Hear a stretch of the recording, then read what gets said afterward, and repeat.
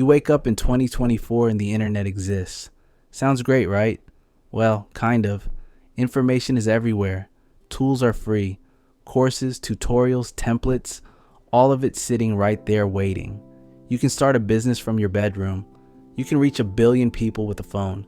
No factory needed, no startup capital, no connections required. And yet somehow most people are still broke. Not a little broke. Deeply, structurally, quietly broke. Struggling to cover rent while scrolling past ads for productivity apps they'll never use. Sounds familiar, doesn't it? That's not an accident, and honestly, that's the part nobody wants to say out loud. Let's be real. The tools exist. The access exists. Someone right now is selling handmade candles online and clearing 6 figures. Someone else is turning old furniture into content and building a following. A teenager somewhere just automated a spreadsheet and charged somebody $500 for it. Easy money if you know the game. The problem isn't the tools. It's everything happening before the tools even get touched. That's the part that actually matters. But hey, nobody puts that in the headline. You grow up and nobody teaches you how money actually works. Not your parents, not your school, definitely not your school. They taught you to memorize dates and write 5-paragraph essays. Nothing about interest rates. Nothing about how wealth compounds. Nothing about why saving even a small amount consistently still changes your life eventually. You graduate knowing the mitochondria is the powerhouse of the cell. You have zero idea what a Roth IRA is. Solid preparation, really setting those futures up, and then you step into the real world and wonder why you feel completely lost. The education system was built for a different economy. An economy where following instructions mattered more than asking questions. Where loyalty to a single employer was actually rewarded, where a degree basically guaranteed a stable middle-class life. None of that is true anymore. Not really. The world changed, but the schools mostly didn't. So you're taught to sit still, follow the curriculum, get the grade. You're not taught to notice problems and solve them for money. You're not taught to negotiate. You're not taught to fail quickly and adapt. Those are actually the skills that matter now. But those don't fit neatly into a standardized test, so they don't get taught. You figure them out later, if you figure them out at all. Here's what nobody tells you. The system wasn't designed to make you rich, it was designed to make you useful. There's a difference. Useful means you show up, trade your hours for dollars, and keep the machine running. Rich means you own part of the machine.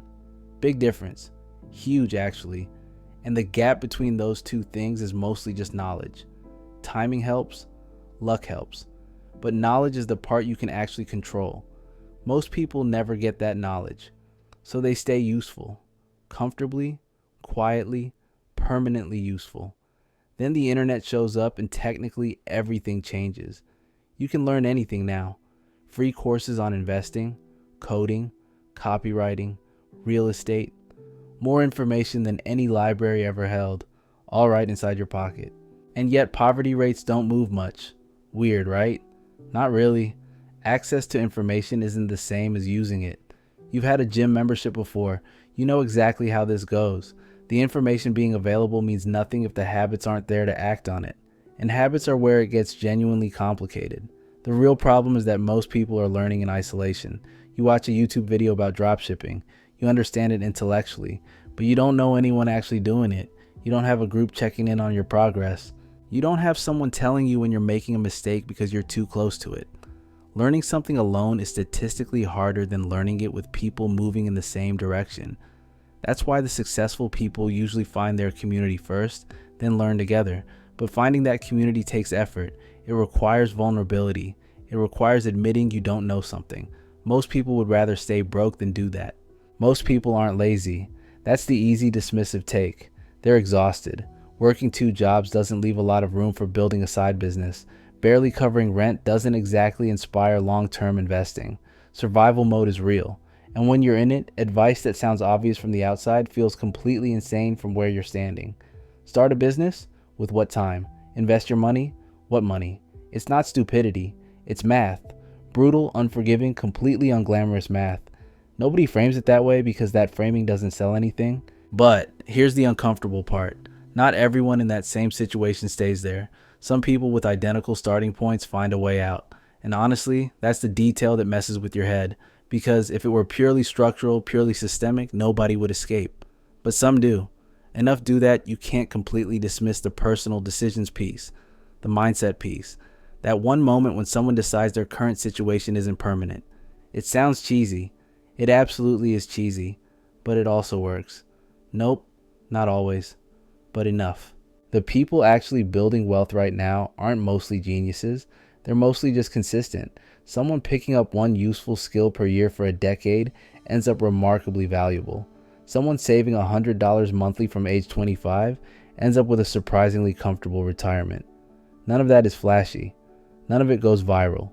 It doesn't make good content. But it works. The problem is that none of it looks like getting rich. It looks like being boring for a long time and then quietly not being broke anymore. That's a terrible thumbnail. No one clicks on that. There's also the compounding effect that nobody mentions until it's too late. You don't just gain one skill and stop. You gain a skill, then use it to gain another. You invest a small amount, it grows, you invest more.